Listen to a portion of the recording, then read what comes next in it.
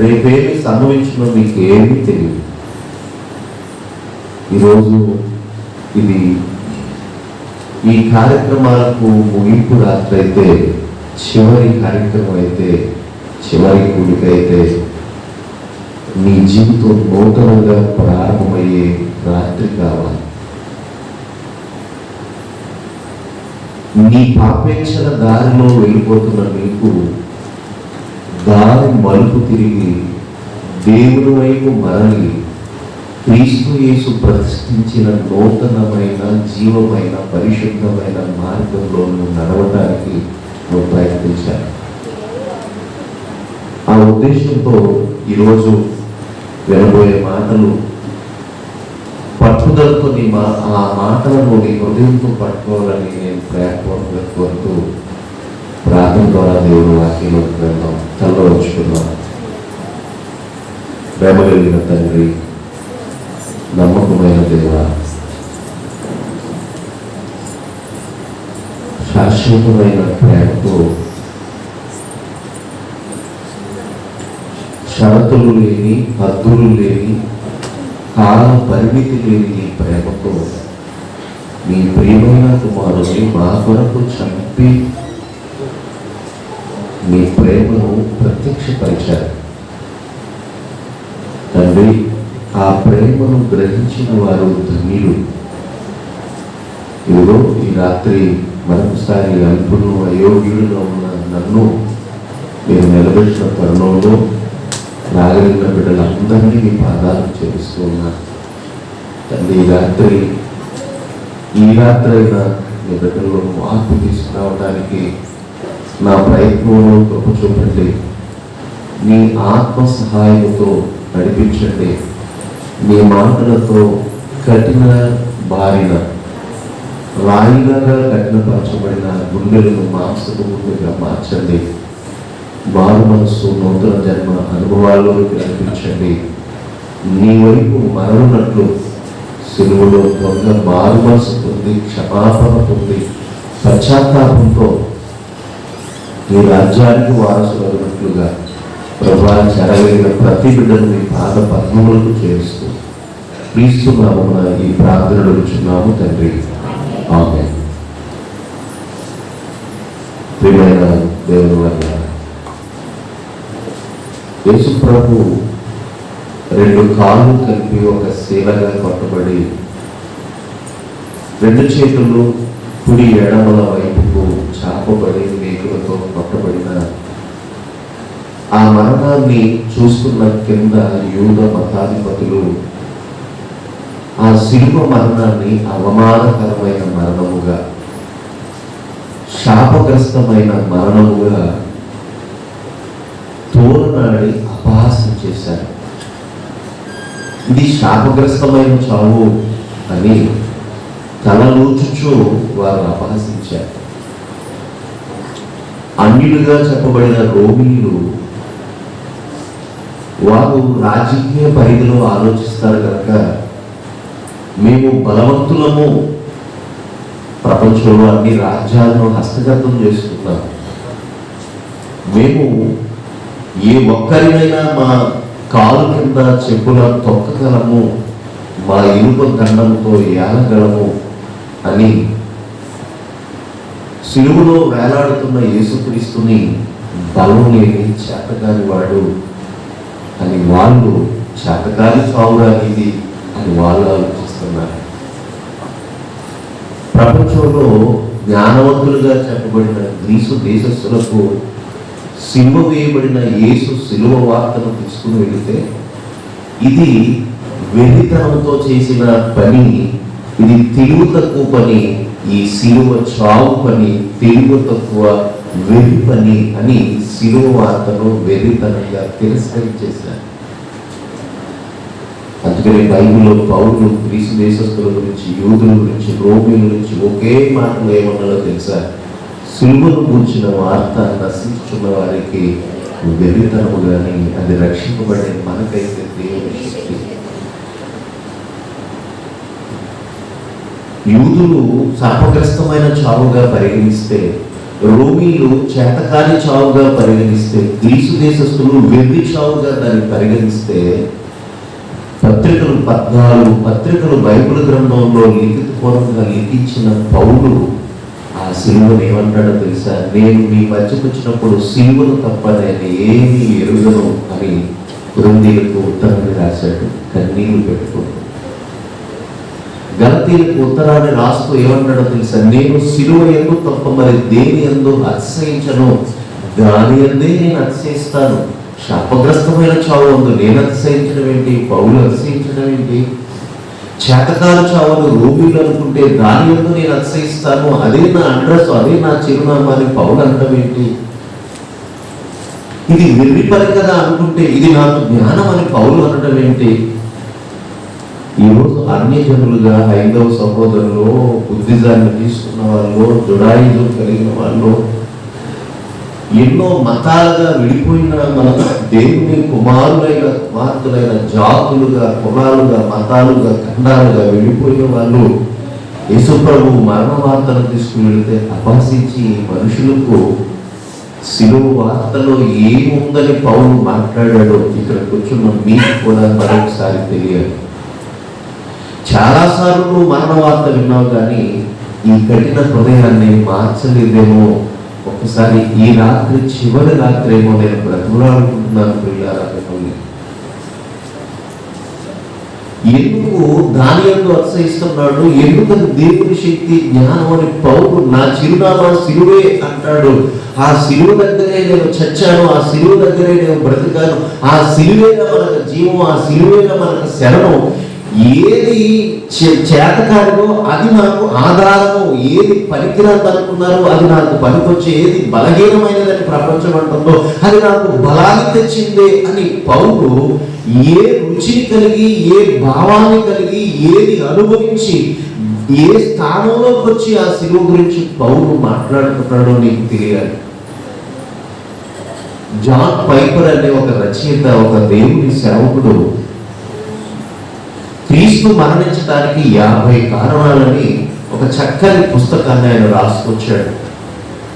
50 కారణాలు ఆయన మరణించడానికి అంటే 50 కారణాలు ఒకదానికొకటి దగ్గరగా ఉన్నా కానీ దేనికి దానికే విభజించుకుంటూ యేసు ప్రభు చచ్చిపోవడానికి ఇన్ని పదుల కారణాలు ఉన్నాయి. అయితే నేను 4 విషయాలు ఈరోజు నేను మీతో మాట్లాడతాను. సిలువనందు నేను అతిశయించడానికి, సిలువను బట్టి నేను గర్వించడానికి, సిలువను బట్టి నేను సంతోషించడానికి, సిలువను బట్టి ఆ క్షేమాన్ని పొందడానికి ఏం చేశాడు యేసు ప్రభు? ఆ చేతులతో రొట్టెలు పంచిపెట్టాడు, ఆ చేతులతో రోగులను స్వస్థపరిచాడు, ఆ కాళ్ళతో గలిలయ సముద్రం చుట్టూ ఆ ప్రాంతాలన్నీ తిరిగాడు, కొండలెక్కాడు, ప్రతి పేదవాని ఇంటి గడప తొక్కాడు, గృహానికి వెళ్ళాడు, పర్వతాలు ఆయన పాదాలు తొక్కాయి. ఎంత అలసిపోయిన పాదాలు, స్వస్థపరిచిన చేతులు, ఎందుకు చేతకాని వాళ్ళలాగా సిలువలో ప్రాణం పెట్టాలి? మరణించిన వాడిని బ్రతికించిన దేవుడు యేసుక్రీస్తు ఎందుకు ఆయన మరణం చేతకాని మరణంగా ఉంది? ఎందరో దాహాన్ని తీర్చి ఆయన మిమ్మల్ని వెంబడించిన బండ, మీ దాహమును తీర్చే బండ అని ఆయన గురించి పౌలు కొరింథీ పత్రికలో చెప్తే ఆ 10వ అధ్యాయంలో, కానీ ఆ సిలువలో దాహంతో నేను దప్పికొనుచున్నానని గుక్కెడు నీళ్లకు దిక్కులేని చావు ఎందుకు చచ్చిపోయాడు యేసుక్రీస్తు? ఈ రాత్రి నువ్వు గమనించాలి. పాడిని ముట్టి బాగు చేసి విధవరాలు ఏడుస్తుంటే అమ్మా నీ కొడుకును బ్రతికించానని అన్నవాడే సిలువలో ఆకాశానికి భూమికి మధ్య చేతకాని వాడిలాగా ఎందుకు వేలాడాడు? ఆ వేలాడటంలో, అలా చచ్చిపోవడంలో నీకు నాకు సర్వ ప్రపంచానికి సాధించి పెట్టిన విజయాలు ఏంటి యేసు ప్రభు? విన్నాం. 4 విషయాలు నేను చెప్తాను.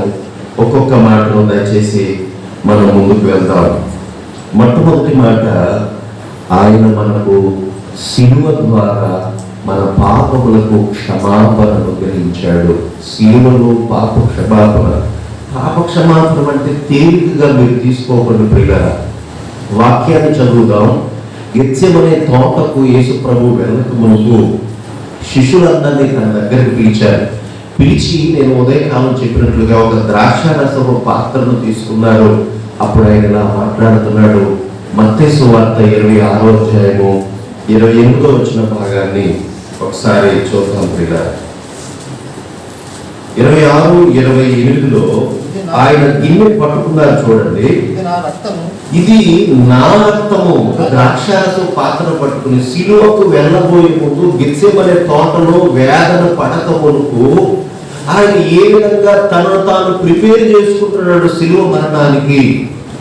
ఎవరూ కోరుకోని మరణాన్ని, ఎంత భయంకరమైన అవమానకరమైన మరణాన్ని ఆయన కోరుకుంటూ తను తాను సిద్ధపరచుకుంటూ వారిని సిద్ధపరుస్తూ అంటున్న మాట ఏంటో తెలుసా? చేయబోయేదాన్ని ఆయన ముందు ఉదాహరణగా చూపిస్తున్నాడు. తరతరాలు మరువని పనిగా ఆయన చూపిస్తున్నాడు. ఇదిగో ఆయన గిన్నె పట్టుకుని ఏమన్నాడో తెలిసి, ఇది నా రక్తము, అనగా పాపక్షమాపణ నిమిత్తము అనేకుల కొరకు నేను చిందింపుతున్నా, లేదంటే చిందింపబడుచున్న నిబంధన రక్తము. మనం చాలాసార్లు బైబిల్ గ్రంథంలో ఉన్న వచనాలు 2 రకాలుగా వ్రాయబడ్డాయి. ఆయన రక్తం ఇచ్చి సంపాదించుకున్నాడు. అపోస్తలుల కార్యము 20-28లో ఈ మాట రాయబడింది. కానీ ఇక్కడ యేసుప్రభు ఏమన్నాడో తెలుసా? చిందింపడం అనేది జరుగుతుంది. చిందించడం అనేది ఎలా జరుగుతుంది ప్రియులారా? చిందించడం ఎలా జరుగుతుంది? మీరు ఎప్పుడైనా బైబిల్లో చదువుతున్నప్పుడు, నేను ఉదయకాలం చెప్పాను, భావ వ్యక్తీకరణ చదివేటప్పుడు ఆ భాషలోని భావ వ్యక్తీకరణ నీకు తెలియకపోతే అందులో ఉన్న సారం నీ హృదయంలోకి వచ్చే అవకాశం ఉండదు. బైబిల్ తొందరగా చదవడం కాదు, కానీ ఆ భావాన్ని నువ్వు వ్యక్తీకరణ చేసుకుని నీ హృదయాన్ని దగ్గర పెట్టి దేవుని ఆత్మ సహాయం కోరి ఆ బైబిల్ చదువుతున్నప్పుడు సంఘటనలన్నీ నీ హృదయంలోకి వస్తాయి. చిందింపబడటం అంటే నేను ఇలా చెప్తాను మీకు. యెషయా 53వ అధ్యాయంలో మీరు తీయవసరం లేదు. ఆయన మన అతిక్రమములను బట్టి గాయపరచబడిను, మన దోషములను బట్టి నలుగగొట్టబడిను, వ్యసనాక్రాంతుడుగా, దుఃఖాక్రాంతుడుగా, వ్యాధిని అనుభవించిన వాడుగా మార్చిపోయాడు. సొగసైన స్వరూపమైన 33 సంవత్సరాల వ్యక్తి ఎంత అందంగా ఉంటాడో తెలుసా?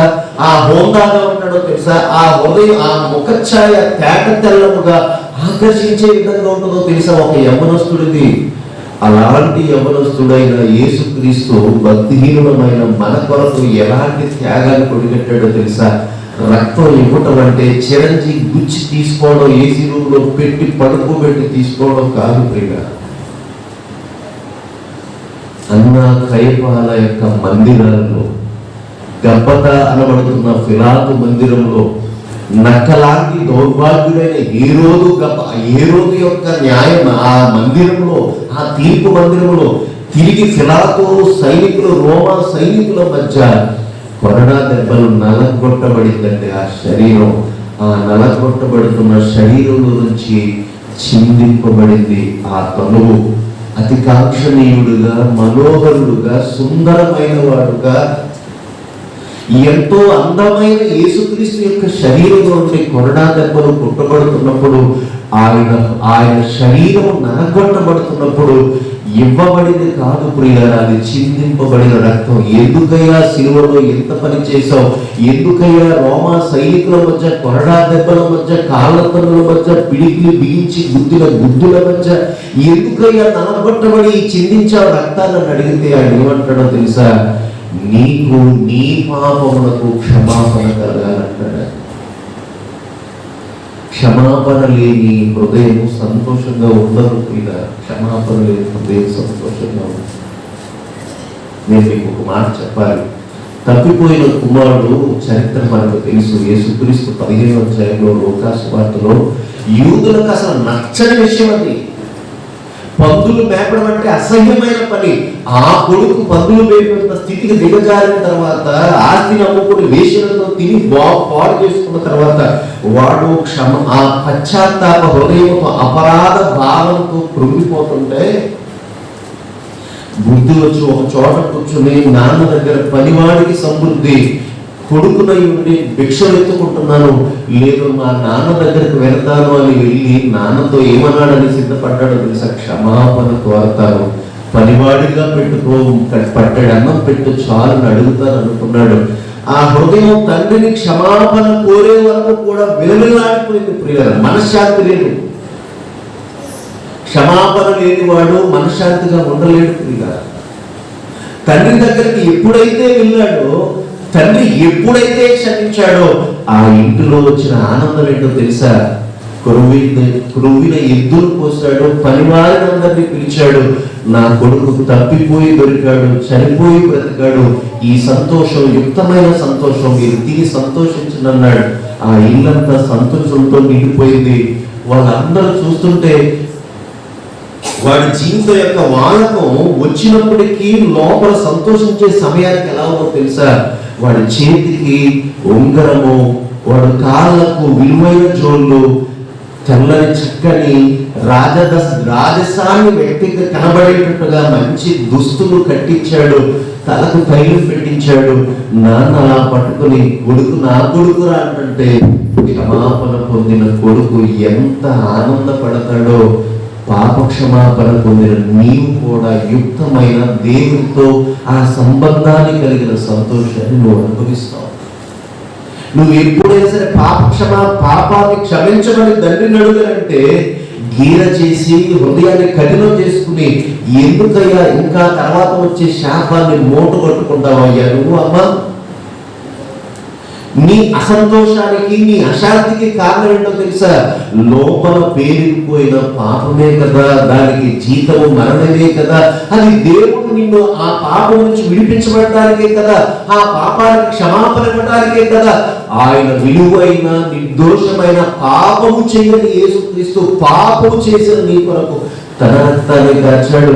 అది ఆయన తప్పు చేసి కాదు, నువ్వు తప్పు చేస్తే సిద్ధించబడింది. అందుకనే అనేకుల పాపము కొరకు లేదా క్షమాపణ కొరకు చిందింపబడుతున్న ఇది నా రక్తము. తప్పు చేసింది పాపం నీదైతే చిందించే పని ఆయన.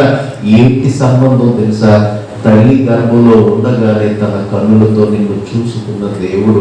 నీకు ఆయనకు సంబంధం లేకపోతే దారికి పోయి దానికి సంబంధం ఉంటుందా? బాధ్యతగా ఆయన తీసుకోకపోతే ఈ రాత్రి నిలబడి మోకరించి ఒక మాట్లాడు, ప్రభువా నా శాంతికి కారణం నా పాపమే, నువ్వు క్షమిస్తే నేను సంతోషపడతాను, ఈ రోజు నుంచి నన్ను క్షమించవా అని దేవుడు నువ్వు అడగలగాలి. బుద్ధి వచ్చిన తండ్రి, ఆ కొడుకు తండ్రి దగ్గరకు వెళ్ళి పరిగెత్తినట్టుగా నువ్వు పరిగెడితే నీకు ఎదురుగా పరిగెత్తి వచ్చి నీ మెడ మీద పడి ముద్దు పెట్టుకోవడానికి నీ పరమ తండ్రి సిద్ధంగా ఉన్నాడు. ఈ రాత్రి మొట్టమొదటి ఆయన శిలువలో సాధించింది ఏంటో తెలుసా ప్రియులారా? ఆయన ఏం సాధించాడో తెలుసా? క్షమాపణ. మనుషుల యొక్క పాపానికి క్షమాపణ సాధించాడు. రెండవది నేను వాక్య భాగాన్ని చదువుతున్నాను. ధర్మశాస్త్రము మనుషులందరినీ దోషిగా నిలబెట్టి దేవుని ముందు చూడవయ్యా, నీ కొడుకు నీ కూతురు అన్నావు కదా, వీడు పాపం చేసి ఎంత దౌర్భాగ్యం అయ్యాడో, వీడి మీద శపించబడిన వాడు వీడని ధర్మశాస్త్రం ప్రతి వ్యక్తి మీద చెరగా పట్టి దేవుని ముందు నిలబెడితే శాపగ్రస్తుడైన ఈ మనిషిని శాపగ్రస్తమైన చావు కోరుకుని విమోచించడానికి యేసు ప్రభు ఒడిగట్టాడు. గలతీయులకు రాసిన పత్రిక 3వ అధ్యాయం 13-14. నేను ఇందాక చెప్పాను కదా, యూదులు మతపరమైన విధానంలో ఆలోచిస్తారు కనుక ఈ శాపగ్రస్తమైన శిలువలో వేలాడేవాడు, మ్రాను మీద వేలాడబడేవాడు ప్రతి ఒక్కడు కూడా, శిలువలో వేలాడిన ప్రతి ఒక్కరు శాపగ్రస్తుడని యూదులు అపహసిస్తుంటే, ఆ శిలువలో నుండి కార్చిన లేదా రక్తము ద్వారా ఆ శిలువలో మరణించిన వారి ద్వారా ఎంత అద్భుతమైన భాగ్యం మనకు కలిగింది. చదువుతారా ప్రియులారా? ఒక మాట, శిలువలో మనకు కలిగిన భాగ్యం ఏంటో తెలుసా? 3:13-14 చదువుతున్నాను చూడండి. ఆత్మను కూర్చిన వాగ్దానము విశ్వాసం మూలమున మనకు లభించినట్లు అబ్రహాము పొందిన ఆశీర్వచనము క్రీస్తు యేసు ద్వారా అన్యజనులైన మనకు కలుగుటకై క్రీస్తు మన కోసము శాపమై మనలను ధర్మశాస్త్రం యొక్క శాపము నుండి విమోచించను. ఇందులో వచ్చి మ్రాను మీద వేలాడిన ప్రతి వాడు శాపగ్రస్తుడు అది రాయబడి ఉన్నది. యూదులేమో వేలాడుతున్న యేసు ప్రభువును చూసి వాళ్ళు అపహసిస్తున్నారు. శాపగ్రస్తమైన చావురా నీది. యేసు ప్రభువేమో నేను శపించబడిన వాడు కాదు, నీ కొరకు నేను శపించబడ్డాను, శాపగ్రాహిగా మారాను. ఎవరైనా శాపగ్రాహిగా మారటానికి ఇష్టపడతారు పిల్లలు? ఒక మాట మిమ్మల్ని అడగనా నేను, ఎవరైనా మనల్ని శపిస్తే నీకు ఆ రోజు నుండి వారి మీద కోపం తగ్గదు పిల్లలు. భయం నిన్ను వెంటాడుతుంది. శపించాడు, నాకు ఏం జరుగుతుందో ఏంటో. కానీ శాపాన్ని కోరి తెచ్చుకున్నవాడు ఏంటో తెలుసా? యేసు ప్రభు అసలు పాపం చేసిన ప్రతి ఒక్కరి మీద శాపం ఏడుబడి చేస్తుంటే అది చెరగా పడితే దారిలో ఉండి కొట్టుమిట్టాడుతూ నన్ను రక్షించే నాదుడు లేడా అని ప్రపంచం అనుకుంటుంటే ఆ శాపాన్ని నా మీద వేసుకుంటాను, అది సిలువలో నేను మోస్తాను శాపగ్రాహిగా. యూదులు నన్ను వెక్కిరించినా పర్వాలేదు, శాపము నుండి మాత్రం నేను విమోచించాలి. కనుక అబ్రహాముకి ఇచ్చిన ఆ వాగ్దానం ప్రతి ఒక్కరికి నెరవేర్చాలి అని శాపగ్రాహిగా నీ కొరకు ఆయన మారిపోయాడు. నీ శాపము నుండి ఆయన నిన్ను విడిపించాడు. ఇప్పుడు ఒక మాట చెప్తాను. విడిపించబడిన వాడు, విమోచింపబడిన వాడు ఎలా ఉంటాడో తెలుసా? స్వతంత్రుడుగా ఉంటాడు, స్వేచ్ఛగా ఉంటాడు. ఇప్పుడు జరిగిన సంఘటన మీకు చెప్పాలి. ఒకరోజు ఒక బానిసల సంతలో ఒక విదేశీ దొరగారు బానిసను చేతులు కట్టిన ఒక బానిసను బేరం ఆడుతున్నాడు. మనకు తెలుసు, ఒంటి మీద బట్ట లేదు, అండర్వేర్ మాత్రమే ఉంది, గోచి మాత్రమే ఉంది. మనకు తెలుసు, బైబిల్ గ్రంథంలో 20 తులాల వెండికి అమ్మబడిన గోచితో అమ్మేశారండి. అన్నయ్య బానిసల సంతలు అమ్మేశాడు పోతీఫరుకు మిద్యాను.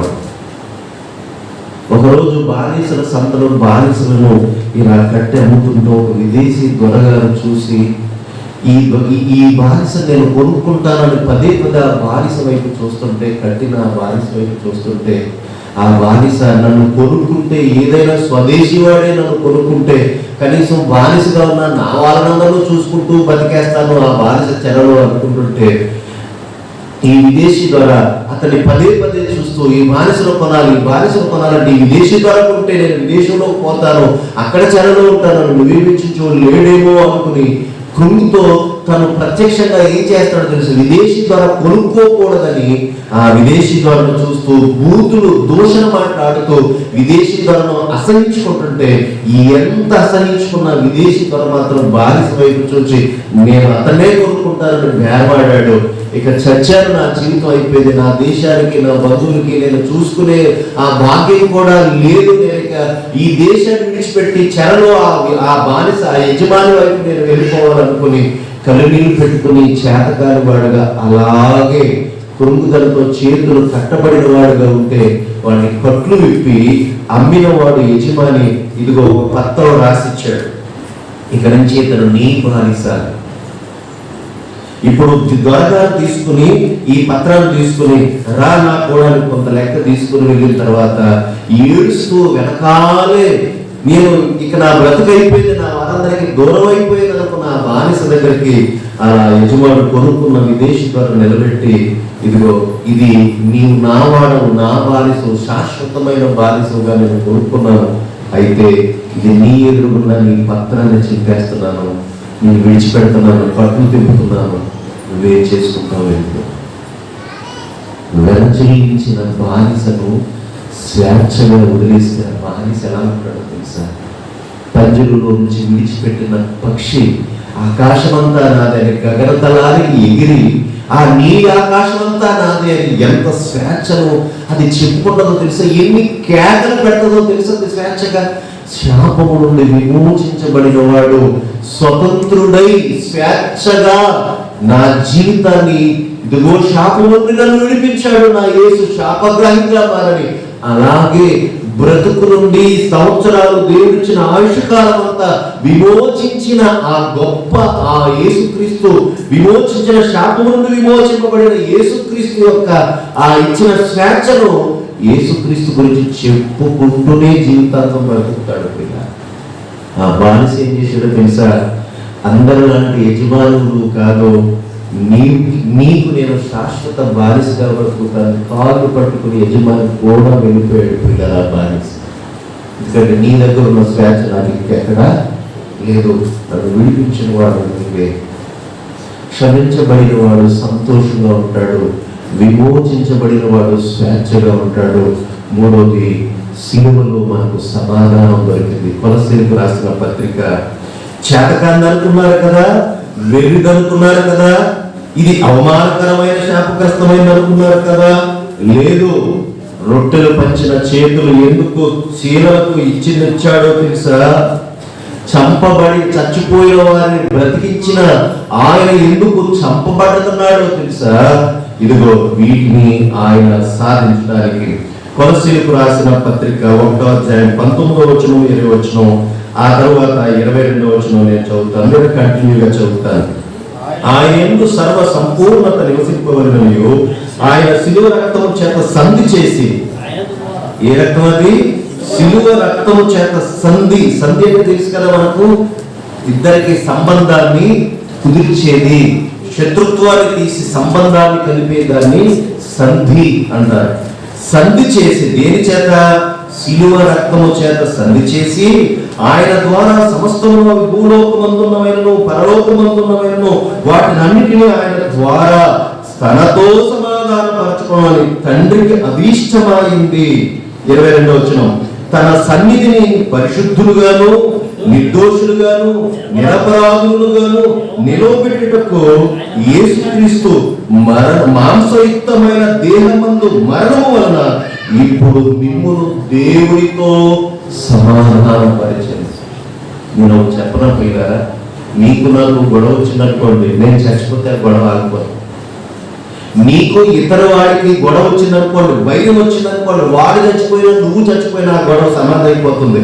కానీ నువ్వు చచ్చిపోతే మాత్రం దేవునికి నీకున్న గొడవ మాత్రం పోదు. మర్చిపో. నువ్వు చేసిన పాపము న్యాయపు తీర్పునకు ముందుగా వెళ్ళి వీడు నీ శత్రువు అని నిన్ను దోషిగా పాపిగా నిలబెట్టేది నీ పాపం. దేవునితో వైరము చచ్చినా పోదు, అది నీతో పాటు వస్తుంది సుమా. వారి క్రియలు వారి వెంట పోచున్నాయి. కొంతమందికి న్యాయపు తీర్పు ముందుగా పోతుంటే కొంతమంది వారి వెంటే వెళ్తున్నాయి.